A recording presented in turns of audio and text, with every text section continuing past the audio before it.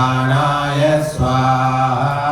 इदमग्नये प्राणाय इदन्नमम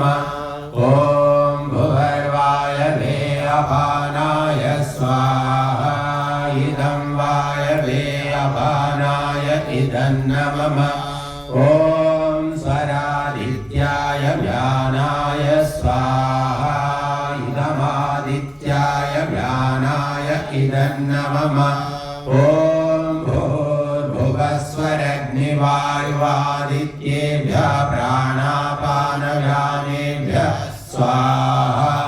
इदमग्निवायुवादित्येभ्यः प्राणापानव्यानेभ्यः इदन्नमम ॐ आपो ज्योतिरसोऽमृतं ब्रह्म भूर्भुवस्वरो स्वाहा ॐ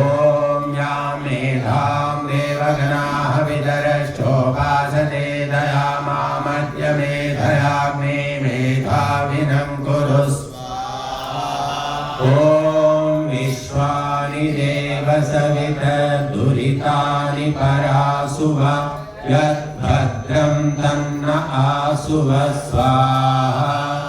ॐ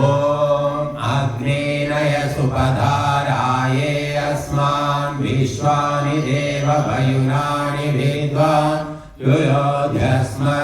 युयोध्यस्मज्जुहुराणमेनो भूयिष्ठान्तेन मौक्तिं विधेम स्वाहा ॐ स्तुतामया वरदा वेदमाता प्रचोदयन्तां भावमानी द्विजानाम् आयुर्ग्राणं व्रजां पशुं कीर्तिं द्रविणं ब्रह्मवर्चसं मह्यं दत्त्वा व्रजत ब्रह्मलोकं स्वाहा इदं गायत्र्यै नमः ॐ भूर्भुवस्सुवः तत्सवितुर्वरेण्यं भर्गो देवस्य धीमहि धियो यो न प्रचोदयात् ॐ भूर्भुवस्सुवः